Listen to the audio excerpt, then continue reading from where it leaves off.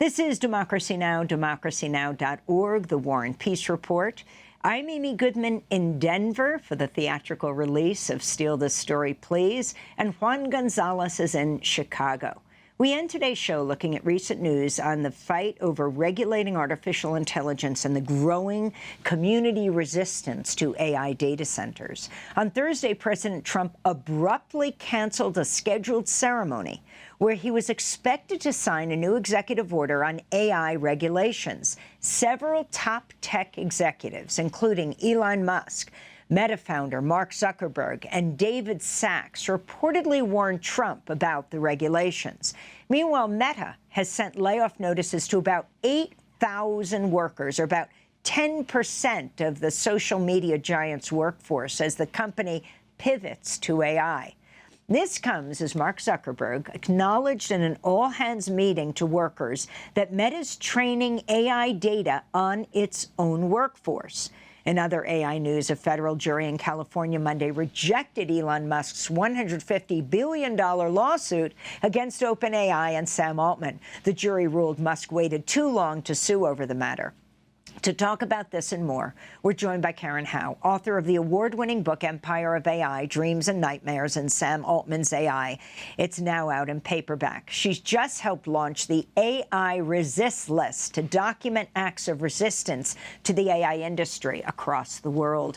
Karen, thanks so much for joining us from London. Though we only have a few minutes, if you could start off by talking about looking back across the pond to the United States. What happened yesterday? There was going to be an executive order on AI restrictions, and then apparently in consultation with Musk and Sachs, two of the PayPal mafia, and Zuckerberg, Trump canceled the executive order signing. Hi, Amy. Thanks so much for having me. I mean, I think this is a perfect illustration of what the moment that we're in right now, where these really powerful tech billionaires have fused with the state and are trying to override what the people actually want. 80% of Americans in the latest polling are concerned about AI. They support AI regulation. And because of the pressure that they've been applying to elected officials, there was actually, in fact, potentially going to be some momentum on that at the federal front. And of course, now there's this setback because the tech billionaires stopped it.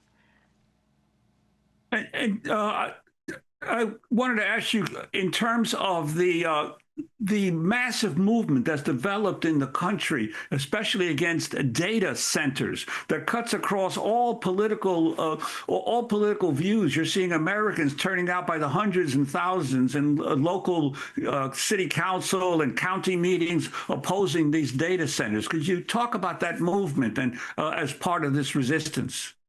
This has been one of the most remarkable stories in the last year. In 2025, these data center protests successfully stalled over $100 billion worth of these facilities. I think part of the reason why so many communities are mobilizing, and it really does cut across political lines, as you mentioned, is because this is a manifestation of the thing that at the heart of what so many Americans are angry about right now, which is that there's this huge chasm in American society where there are these, we're minting the first trillionaire in the world while simultaneously so many Americans are just trying to afford their basic life and trying to put food on the table for their kids. And in come these data centers. They're a physical manifestation of this because they consume an enormous amount of energy. They consume fresh water resources. They're hiking up people's utility prices and exacerbating that affordability crisis, all in the name of producing a technology that is concentrating yet more wealth in the hands of those very same billionaires. And in terms of companies doing massive layoffs in the tech industry, California Governor Gavin Newsom issued an executive order calling on state agencies to explore ways to protect and prepare workers for the AI-related job losses. Your reaction? One of the things that I think people misunderstand about these layoffs is they think that it indicates somehow AI is successfully replacing all of these workers. But what's important to understand is these tech companies, they're trying to get cost efficiencies now, in part because they're spending an extraordinary amount of money trying to develop AI technologies. And they're actually making a future bet that when they lay off the current human employees to gain current cost efficiencies, that they will hopefully then be able to automate them away later with AI. But it's not, in fact, a representation of what AI can currently do. But there are plenty of other sectors outside of the AI industry that are now doing the same thing. They're also trying to make this future bet that they will be able to automate workers. And so that is what's actually having this cascading effect on the job market, where AI is being used as a justification to accelerate layoffs. And can you finally, Karen Hao, in this last 30 seconds, talk more about the AI resist list?